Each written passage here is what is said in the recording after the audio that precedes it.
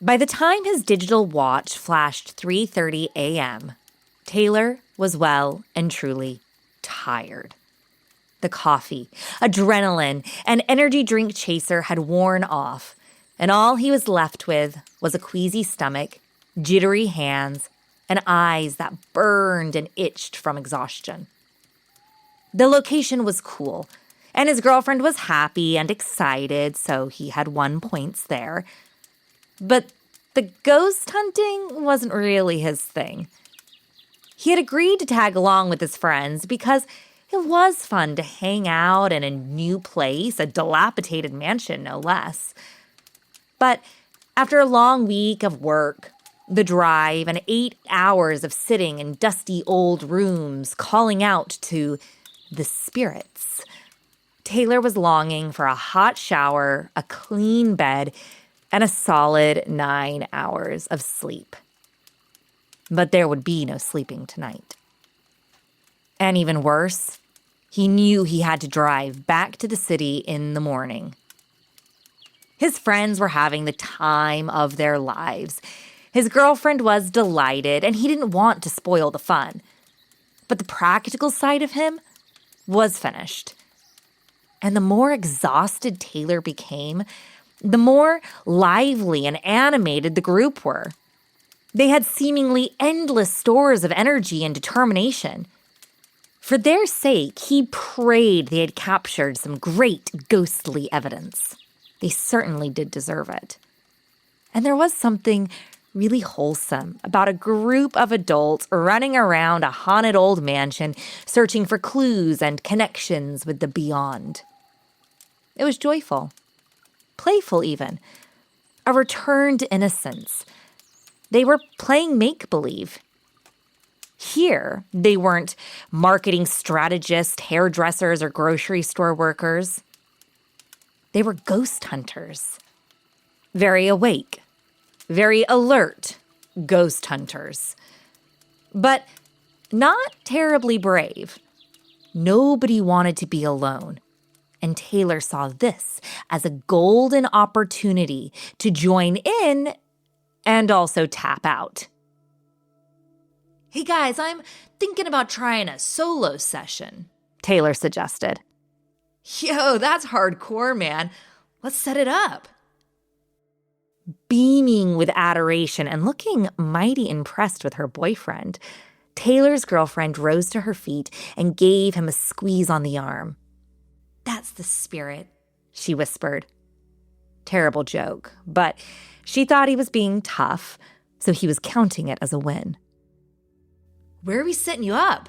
his fellow investigator asked. Good question. How about that weird, skinny bathroom?" This was not spontaneous. Taylor had already been planning on getting into the tub and nodding off for a few hours. If he took off his coat, he could use it as a pillow and catch some much-needed rest. "The bloody bathroom?" his girlfriend asked with wide eyes. "Maybe I should come with you."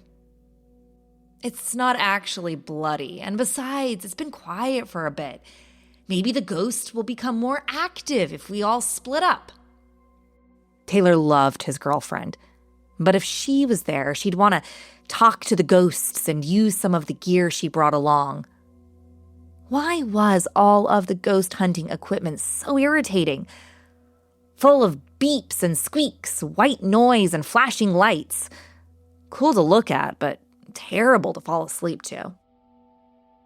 "Nah, let's let him do it. It's a good idea.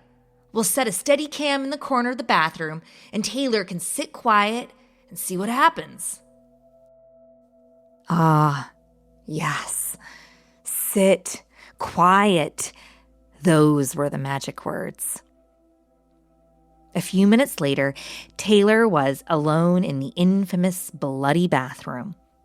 He crawled into the dusty tub and squished his coat into a makeshift pillow. Other than the small red recording dot of the camera, the space was dark. And it wasn't long before Taylor's eyes drooped and he was plunged into the sinking darkness of sleep. He didn't know if it was the pain or the wet that first awoke him. It must have been the wet, because before the pain hit, he was wondering where the hot liquid had come from. His hands had shot to his neck, where a waterfall of warm, copper-scented syrup was cascading down his chest. Every sense became alive. He could feel the thick liquid oozing down his front. A tangy, sharp scent of metal burned his nostrils and rankled his nose. He could hear a horrible gurgling, like the sound of drain cleaner trying to travel down a stubborn, hair-clogged pipe. In the dark, he could see the inky black substance drenching his hands. And then he could feel it all come together, like a gory symphony. A dragging slice ran across his neck, the river of blood pooling from the clean slit running above his Adam's apple. Instinctively, he closed his hands over the gaping gash. But as he tried to stand, the entire room began to swim around him. His vision was blurry. His head felt like it was full of cotton balls and underwater. His limbs were like rubber bands, bending and snapping beneath him. He tried to scream, but that only produced more bubbling and gurgling sounds. He could feel his life force draining from him. And sooner than he had hoped, the pain started to fade with it. He stopped fighting, sank back into the cold porcelain of the bath, and allowed the blood to wash over him like a warm tide. Once again, the heavy pull of sleep drew him into the realm where dreams and demons dance. And as he closed his eyelids, he could see two red, flashing eyes watching him in this new land of darkness. Dude, do you want some coffee? Sunlight, the smell of acrid instant coffee, the gentle nudge from a familiar face. Your back is gonna scream from sleeping like that. Every bone in Taylor's body creaked. Every muscle twisted in pain, tension riddled every sinew. We're packing up, buddy. Let's move. He responded with a mumbled groan. His throat was like sandpaper, raw like he had spent the night screaming into a howling sandstorm. He was soaking wet. His clothes clung to him like glue, the sticky type of sweat you only produce during a nightmare, fortified with salt, adrenaline, and fear. Taylor clambered out of the tub. He felt foreign in his own body. Every move felt like the first, every sensation unknown. Coming to the bathroom mirror, he stopped. He looked like him at a glance. But as he drew closer to the glass, he saw it. The deep, angry slash across his neck. It wasn't sweat pasting his clothes to his skin, but rather muddy brown blood. In shock, his eyes locked with his reflection. But they weren't his eyes in the mirror. Rather, two blazing red pinpoints of light, like dual recording dots filming the most horrendous waking nightmare.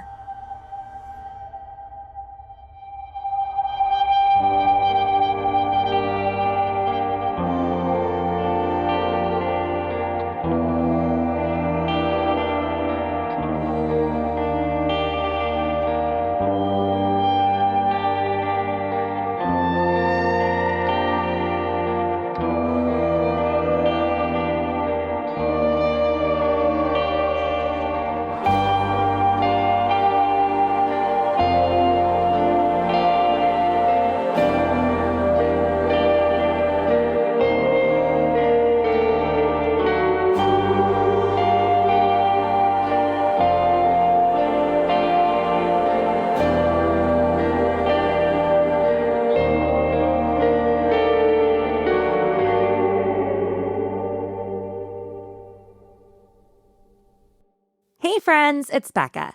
For the past 5 years, the West London Witch team has been dedicated to bringing you the best supernatural stories at the highest studio quality. And by team, I mean me and my buddy Danny. We do this work totally for free because we love it. We're proud of our content and appreciate the wonderful interactions we get to have with storytellers and listeners just like yourself. If you're enjoying the West London Witch, maybe consider joining our Patreon. It's a way to further engage with us and show your support for two creatives. If you're in a position to spare enough each month for us to grab a cup of coffee in between edits or add to the piggy bank for a new microphone, we would love to see you in our Patreon community. But I know times are tough, so if you're not in a position to join Patreon right now, that's okay. We aren't going anywhere. Head on over to patreon.com/The West London Witch.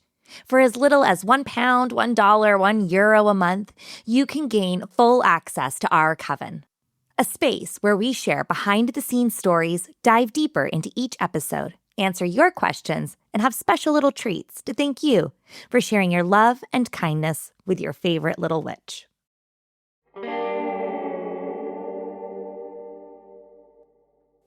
Hello, and welcome to episode 108 of The West London Witch, a podcast where we share stories about those moments where we find ourselves very much not alone. Few places send shivers down our spines quite like historic mansions, and today's location is truly a haunting delight. White Hill Mansion was once a luxe and politically poignant family home that played an important role in the American Revolution. But after suffering decades of neglect, this landmark is now the focus of a serious preservation project. Today, Dawn, the president of the Friends of White Hill Mansion, has joined us to tell us the tales of this now uninhabited historical site. Well, perhaps uninhabited may be an inaccurate description, as White Hill Mansion has developed a reputation as one of the most haunted historic houses in all of New Jersey. I'm Rebecca Strazina, and this is The West London Witch, episode 108, White Hill Mansion.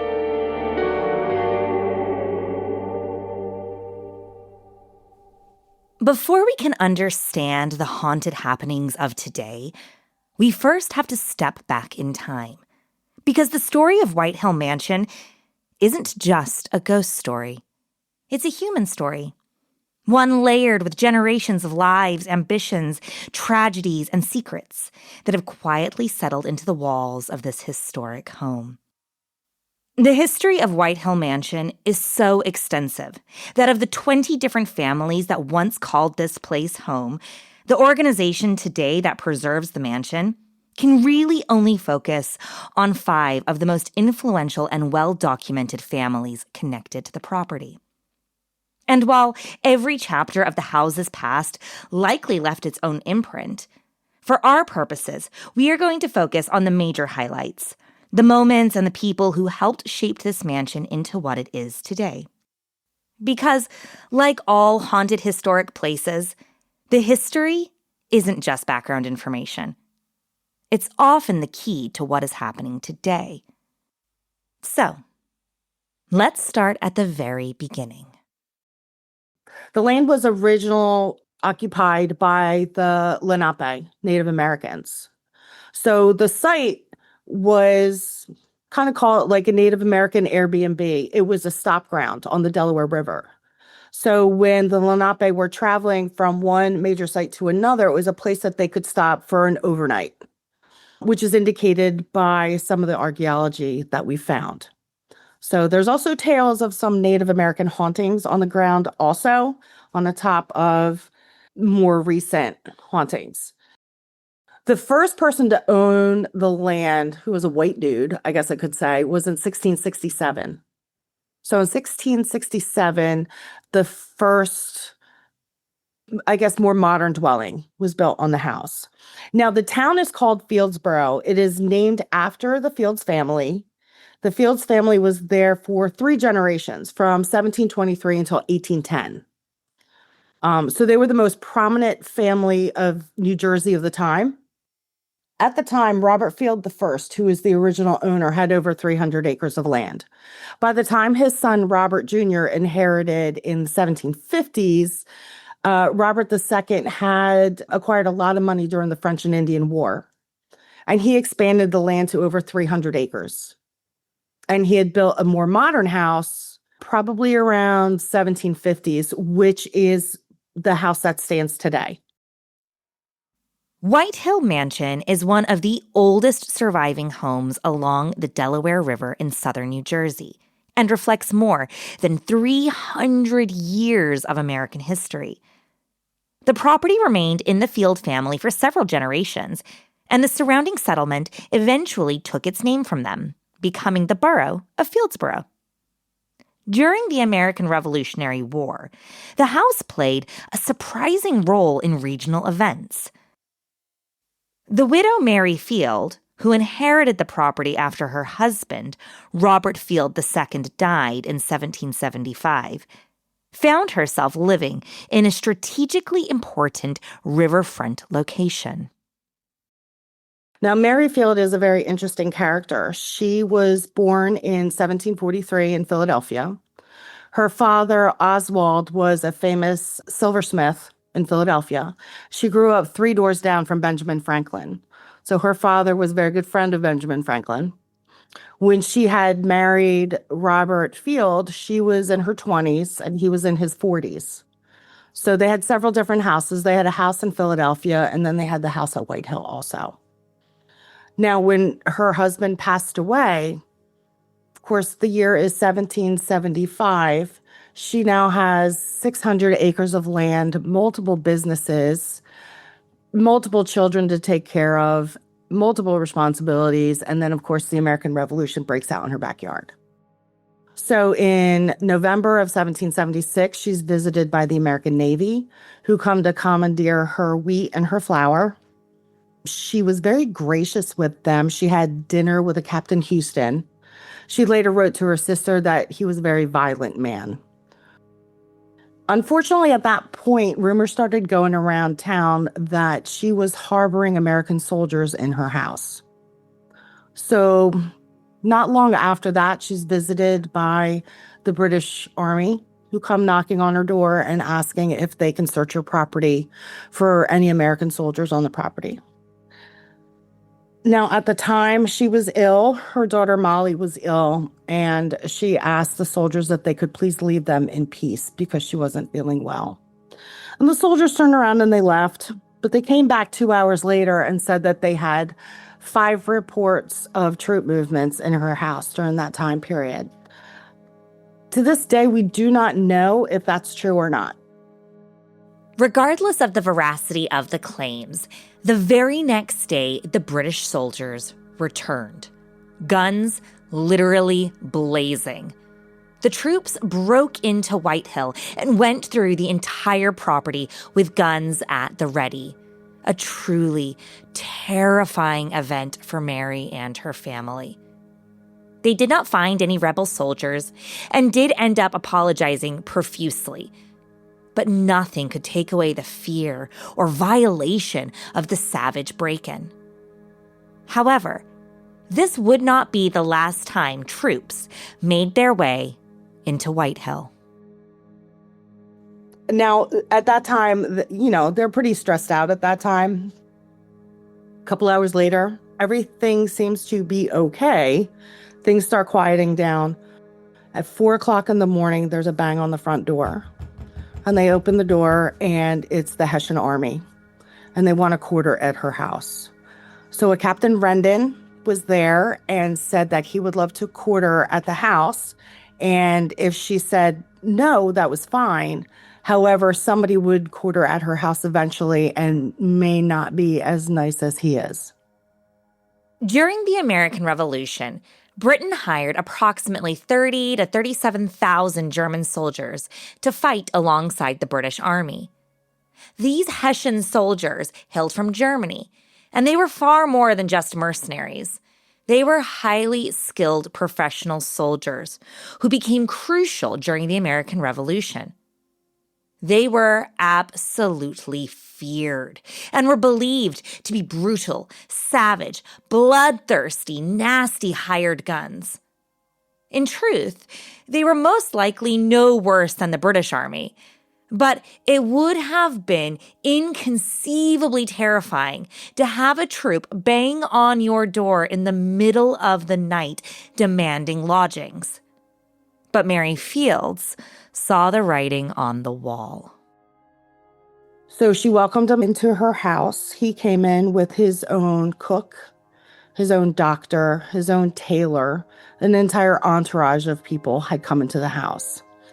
Now, Mary did credit him with being kind and protected the house and protected her and brought their own food. So now we're at December 16th, 1775. Mary is visited by another Hessian by the name of Colonel Karl von Donop. Now, von Donop was the head of a Hessian regiment.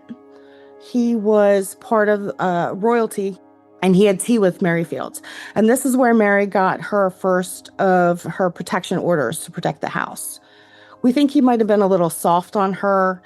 Part of his protection orders was that he said that if one man so much as touches one leaf on one tree, he'll be shot on sight, no questions asked. So, of course, Mary Field is like, well, thank you very much. I'm just a poor old widow. Thank you for protecting me. I love this lady. And, of course, the Hessians stayed there until December 25th, 1776. And that was when they heard the cannons going off in Trenton. So at this time, this area was just covered with Hessian troops. They ran off, and then that was the last that Mary saw them. She saved her house during the Revolutionary War, and she saved her family. She did the best that she could. In 1779, Mary remarried Commodore Thomas Reed, a naval officer in the Continental Navy. Together, they lived happily in the home until he passed in 1778, inside the walls of Whitehill. The estate changed hands in the early 19th century after financial troubles forced the Field heirs to sell the property in 1804. Throughout the 1800s, the house passed through several notable owners. One was David Bruce, a printer and inventor who lived in the mansion in the 1830s. Later owners included Isaac Field, who returned the house to the Field family in 1847, and Joseph Mayer, an inventor associated with pottery manufacturing in nearby Trenton, who purchased the property in 1885. By the late 19th century, the Crossley family owned the home and modernized it with decorative Victorian features such as bay windows, a wraparound porch, and a large staircase. In 1897, the house became the birthplace of Archibald Crossley, who later became a pioneer in public opinion polling. Come the 1920s, the mansion entered a very different stage in its life, when Heinrich and Katharina Glenk purchased the property and opened up an upscale dining destination that operated within the walls of Whitehill for approximately 50 years. So, if you guys know your American history, you know that Prohibition ran from 1920 until 1933. And so the bar is still there today. You can still see it today. The bar was known as the Downstairs, and you had to be invited to the downstairs to drink. And it was the worst kept secret in town, like everybody knew about it. But what Mr. Glink did was he made his own alcohol in a tub in one of the bathrooms, and he ran liquor up and down the Delaware. So during Mary Field's time, there were tunnels underneath the house that went out to the Delaware River, probably to bring up their goods from the river. It was also very nice to have it during Prohibition times, too, so you can run alcohol in and out of the house. Now, supposedly, this restaurant was like a black tie, white glove kind of restaurant. It was high end. You had governors eat there. You had congressmen, senators eat there. It was a very fancy place to go and eat dinner.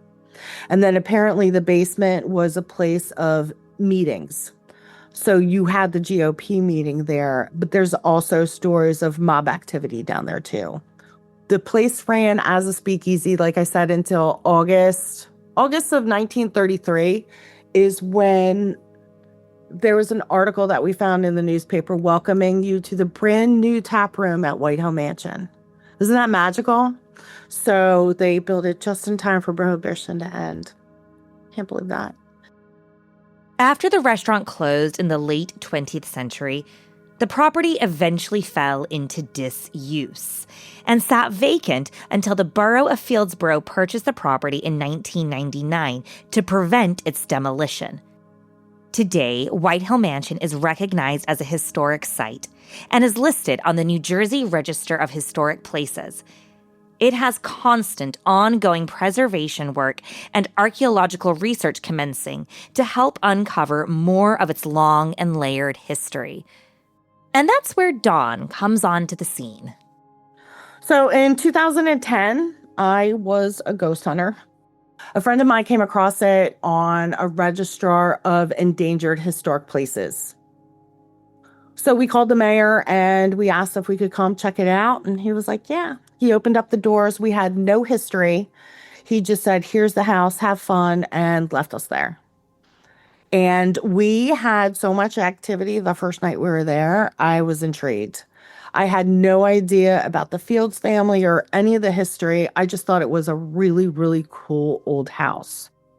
After that initial investigation, Dawn became smitten with the house. She even described herself as a White Hill groupie. I started following the people that ran the house to different historic sites when they were doing talks. And so I would just run into them until finally they were like, do you want to just come to a meeting? I was like, okay. And I became involved. So I was like, do you need help cleaning it out? Do you need help raising money? What can I do to help? I just wanted to see what a restoration project was like. And as I became more involved with the restoration, I learned more of the history. In the world of preservation and historical research, this baby landmark is really in its infancy. Dawn and the team have done an unbelievable amount of restoration work and research, but there is still endless amounts of work to undertake and fund. And when I told the board at the time, I said, you don't understand what you have in this piece of property. And I was told, yeah, we have a big old dumpy house that needs a ton of money to be repaired. And I was like, yes, it's that. But it's also a place that's really haunted for real. And I think that people would be interested in checking this out and it would help you raise money. And at first I was told no. I was told I don't believe in ghosts. And I was like, that's beside the point. That is beside the point. So it took about 14 months before I convinced them to open up the house for like ghost hunts and paranormal investigators. So it took a while before people would come in and the word got out and other people have had experiences there. And we have the same people come back year after year after year because they want to see the activity and they get activity every time that they come to the house. White Hill's history is long and diverse, but it is directly related to the hauntings that occur there today. The activities that happen at the house depend on what room you're at. It's almost like a box of chocolates because honestly, you do not know what you are going to get if you're going to get colonial, Victorian, or anything more modern. I've had 3 volunteers that have all seen Native American apparitions. So we could start with that. There is a Victorian lady in the hallway. She doesn't talk. You can hear her walking through the house, and occasionally she's been seen. We have children upstairs. We've heard them running and laughing. One of our volunteers has seen an apparition of a little boy. We guess is possibly Samuel, one of Mary Field's lost children. We do not know that for sure. There is a gentleman that I've come across in the attic we call Jack. He is from about the 1930s, 1940s. He's the only apparition I've seen with my own eyes. I came across Jack at the very beginning, the first dozen times that I've ghost hunted at the house. Jack is very 1930s with greased hair and a little pencil mustache with like a pinstripe zoot suit. He likes to play games. I'm pretty sure he's the one that'll come up and slam a door behind you to startle you. He'll tap you on the shoulder. He'll pull your hair. I was given a tour during COVID and I had a mask on and some pulled my hair so hard that my head jerked backwards. I didn't say anything during the tour, but I thought maybe my hair got caught in my mask. So I was kind of turning my head, trying to see if my hair is catching in my mask. And I'm thinking, no, that's not what just happened. And of course, my tour's looking at me like I'm having an epileptic fit. But I think that's Jack. And the weirdest encounter I had with him was during an investigation. We were in the parlor. I was sitting in the chair and my friend was sitting across from me and she can see dead people. And all of a sudden on my left-hand shoulder, it just lighted up on like a cold electric fire is the only way I can describe it. And I didn't move. I froze. It took everything I had not to go running out of there because I knew something really weird was about to happen. And she looked at me and she said, "He's standing right behind you." And then the fire got more intense. And then she looked at me and she said, "He just put his head on your shoulder." And I'm not kidding when I say that it took everything I had not to get out and run screaming from the room. At that moment, I saw this man in my head. I can't describe it. I've never had any kind of psychic experience or anything like that, but I saw him perfectly in my head. Now, 3 years go by.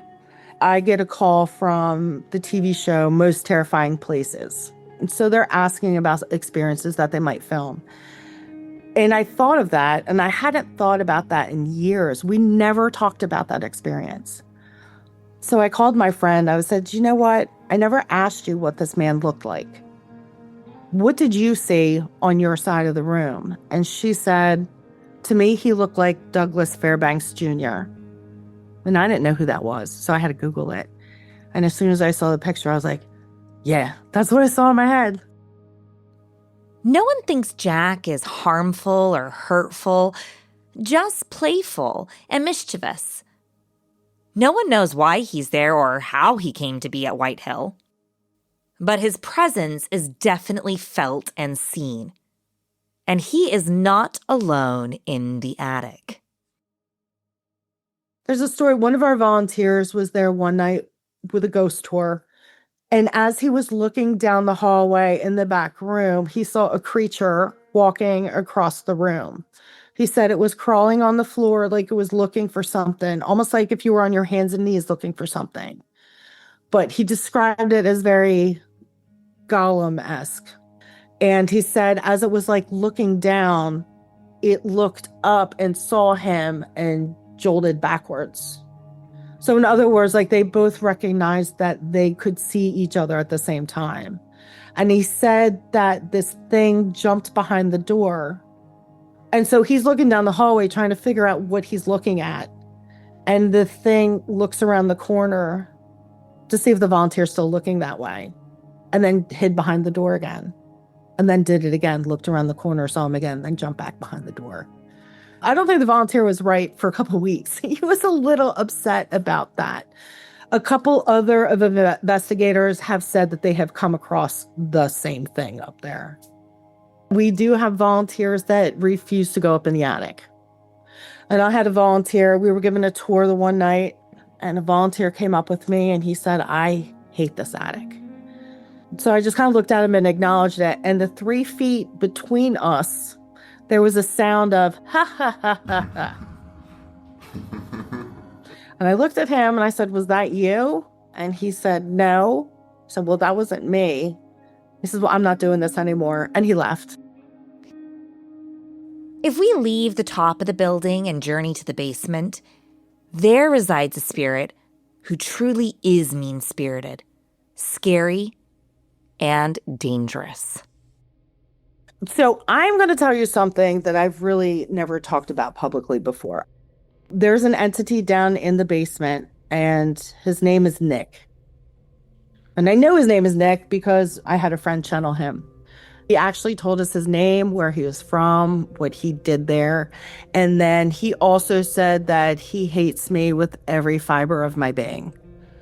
So he calls me some very bad words. And of course, I did not know this at the time. So my first experience with Nick was one of my very first ghost hunts. There are two parts of that basement at White Hill. One of them is the speakeasy. It's a full-size bar. There are tables down there where you could have had dinner and drinks, right, when the restaurant was open. The other side is not furnished. It's not dug out. It's a very old part of the basement. Extremely creepy to go to. You can still see the original path from the 1700s back there. It's like night and day between the past and the present. And there's a threshold to walk through. And I was doing a ghost hunt and I could not cross the threshold. And I kept telling myself, it's in your head, just walk. And I was frozen. And I was having this whole conversation in my head, just walk, just go through the barrier, just go in there. And I couldn't do it. So I yelled for my husband. I said, come here for a second. I want you to walk through here and see if you can walk through this. And at that moment, the other girl we were with screamed because she said she saw a black shadow rushing at her face and she was very upset. We had to leave. That was my first encounter with Nick, which I did not know that was my first encounter until years later. So flash forward about 3 years later, we were having an event on the first floor and I go running downstairs behind the bar to grab a screwdriver. And I ran behind the bar and I went to open up the drawer to see if there's a screwdriver in there. And one of the vases that was on the bar flew across the room and missed. It just hit the wall next to me. A couple months after that, I'm giving a tour to about 15 people. They're all on one side of the bar. I'm on the other side of the bar. I'm telling the story of the speakeasy. And as I'm talking, I can feel pressure on the back of my neck. And I was wearing a necklace and I can feel this pressure and I'm ignoring it because if I tell somebody that I'm having a paranormal experience during a tour, they're going to think I'm making it up to be more dramatic. So I'm ignoring it and I'm talking. And as I'm talking, the necklace broke. And when the necklace broke, about 100 beads just went flying around the room. So I just keep talking. And while I'm talking, I'm just kind of cleaning up the beads. And lady on the tour is like, excuse me, lady, what just happened there? I said, I don't know. Maybe my necklace got caught on something and pulled. I don't know. And she said, no, it just exploded. About a year after that, we were having a meeting down in the basement and I was sitting at one of the tables. And something hit the top of my head so hard. I thought the ceiling fell on my head. So I'm looking up to see if anything's missing from the ceiling. I'm looking down like anything fell. I thought I got hit on the top of the head with a brick. After that experience, Dawn reached out to a friend who could channel spirits. She wanted to know more about this mysterious force and why he was terrorizing her. And that is when I found out about Nick. He told us his name was Nick the Prick, was his nickname. We asked him what era he was from, and his exact words was what you were talking about upstairs. And we were talking about Prohibition earlier in the night. So I said, okay, so you're around, the 1920s, 1930s. He said he was from Wichita. Somewhere like Kansas. He says, yeah. So how'd you get here? I walked here. Why'd you walk here? Just kind of shrugs. So I said, well, do you have a problem with me? And he's called me some very bad names. Nick's reaction to Dawn was so personal, physical, and unnecessary. Dawn wanted to see if there was any way that she and Nick could come to some sort of truce. So I said, what can I do to make you happy? And he said, die. This was obviously an extreme and frightening response. And when asked why he hated Dawn so much, Nick responded, because she was the first to notice me. The only thing that I can figure is that day that I couldn't cross the threshold a few years before. Now, what's interesting is that threshold is the spot of the oldest tunnel in the house. And during one of our archaeology digs, they also found a secret room that's off the tunnel. So, was that secret room in the tunnel used to hold alcohol during Prohibition? Rumors of people maybe being beat up, people being murdered. I don't know if that's true. We don't have any documented history of that happening.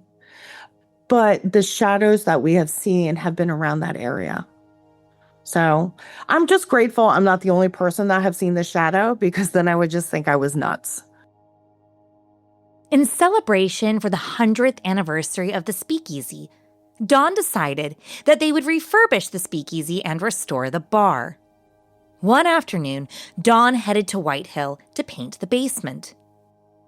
But she had made one crucial error. She was all alone and did not tell anyone where she was. And I was down in the basement and I was painting it. And I looked up and the light was blocked out. And I just saw a over 6-foot shadow standing behind me. In seconds, my mind is processing that no one knows that you're here. You're all by yourself. You know that there's something down here that wants you dead. God, you're stupid. What are you going to do? And so I just made myself as tall as I could. And I didn't even look up. I just kept painting. And I was like, not right now. And then I kind of looked up at I kind of looked up and I saw the shadow moved away. And I was like, I can't believe that just worked. And I was like, okay, mental note, don't come down here by yourself anymore. Make sure people know where you are. I felt like I dodged a bullet at that point. The odd thing is, other people have seen and felt Nick, but he's only ever been violent towards Dawn. And she's at a bit of a loss for how to resolve or mediate their relationship. But she has been advised by sensitive and mediums not to bother. Nick was a mean and vengeful person in life, and is still that way in the afterlife. But it's not just the attic and the basement that is spirited at White Hill. Every single floor of the house seems to be brimming with activity. There's been several encounters on the first floor with a Victorian lady. So we've had a couple people that would be in that hallway and then turn around and just see a lady standing there, make eye contact with you, like acknowledge you, and then poof, just disappear in front of you. From what I've been told, she's in white. I did have one person say it's actually light blue, not white, but she's got long blonde hair. All the accounts say that she's about early 20s-ish in a Victorian outfit, and then she just disappears. And the interesting thing is, I think it was earlier this year, we had a group come in and was taking pictures in the hallway, and when we had a Victorian boot that manifested in that area. This is a really fascinating photo, and it's actually a part of a sequence of photos. The first photo has what looks like a ghostly foot stepping into the bottom left-hand corner of the frame. However, in the next image, snapped just mere seconds later, the shadowy boot is nowhere to be seen. Head on over to the West London Witch Instagram to check out this baffling image. So on the second floor, there is a very strange room that it looked like it was converted into a hallway during the Victorian times. And then it was converted into like a galley bathroom in the 1920s. So we still have this gigantic tub with an old-fashioned sink. And you have to walk through that to get to the other part of the house. So it's very odd. Odd is a bit of an understatement. The bathroom is absolutely bone-chillingly terrifying. The paint is peeling off the walls in huge, crusty flakes. The placement of the toilet, sink, and bathtub are simply strange. There is a window on the bathroom door, and the remnants of red paint on the trim is peeling away like old bloody scabs.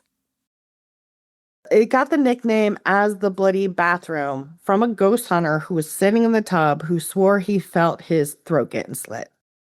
But people have come in that room that don't know the history of the house. They see blood, they see a body, or they get the feeling that something weird has happened or something is wrong in that area. And I've experienced it myself, and it's very odd. I can't explain it. But I've been investigating in that bathtub. There's an entity in the hallway that walks back and forth. Sometimes you can hear him open the front door. You can hear him running up the steps, and it doesn't sound like ghost steps. It sounds like somebody running up the steps. You can hear him walking up and down the hall. But I've sat in the tub of the bloody bathroom and had a black shadow stand next to me. There has yet to be anything discovered in the archives to suggest that anyone was ever murdered inside the house. But mediums, ghost hunters, and visitors have expressed very graphic and terrible sights and feelings when investigating the bloody bathroom. The weirdest thing about this area, and I don't know about vortexes or portals or anything like that, but if I did believe in one, this would be where it was.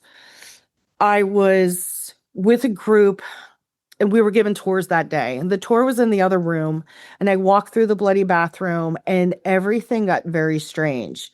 Everything started warping in my ears, and I couldn't hear the tour anymore. And I felt like I was swimming in jello. I don't know how else to describe it. I was there, but I wasn't there anymore. I was in a different time period. That's the only way that I can describe it. And I was trying to swim through the jello to get somewhere back to where I was supposed to be. I made it to another room. I opened a window and I dropped the window. And when the windowsill came down and banged, it broke. All I can say is it felt like I was going through another time. And I told one of the volunteers what just happened. She goes, "Oh, you experienced the bubble." Dawn had absolutely no idea what the bubble was, but she was floored to hear about her colleague's experience. She's like, "I've experienced it too." She goes, "Did you feel like you were swimming through jello or that you were in a giant bubble and you couldn't move?" I said, "Yeah, that's exactly how I felt." And she goes, "Yeah, it's happened to me a couple times up there." I can't explain it. I don't know what it was. But the minute it broke, I could hear the tour in the next room and everything was back to normal.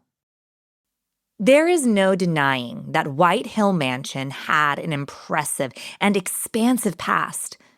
But through the work the Friends of White Hill Mansion are constantly doing to preserve this fabulous piece of history, life continues within its walls. This new chapter may currently be filled with power tools, drywall, and paint pots, but it's also colored by the living, trying to connect to the dead. A beautiful intersection of the past and present. Like I said, you never know what you're going to get depending on what day you decide to ghost hunt there.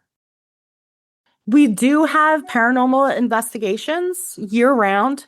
If anybody wants to come and visit our website at whitehillmansion.org, we are registered 501c3, and 100% of every dollar that we raise goes into the restoration of the mansion. Hopefully, we can save it for several more generations to come. As you can see, the history of White Hill Mansion is so robust and detailed that Dawn and I spent well over an hour discussing the rich and important history of the mansion. There is an extra special Patreon exclusive that thoroughly examines the colorful past of this truly magnificent property. If you're a history buff, this is one Coven conversation you do not want to miss. Special thanks to Dawn and all of the volunteers and team at White Hill. It's through your love and dedication that this once forgotten corner of history is able to live on and be enjoyed and cherished. You are now an integral part of this house's narrative.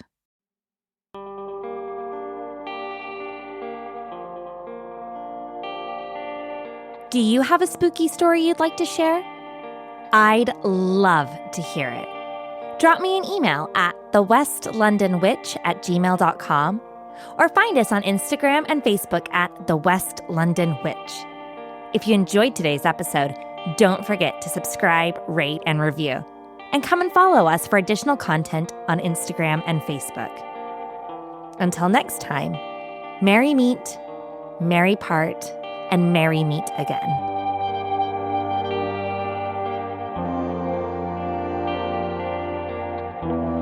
The West London Witch is created by me, Rebecca Strazina. Our sound designer and production magician is the incredible Danny Cross. Our theme music was bespokely written and performed by the wickedly talented Kyle Hall. Our cover art is the beautiful collaboration between Lizzie Wilson and Jake Bowser. Special thanks to Miss Sinead Bowers, our quality control and biggest cheerleader. And thank you to you, all of our listeners all over the world. These are your stories. Thank you for sharing them with us.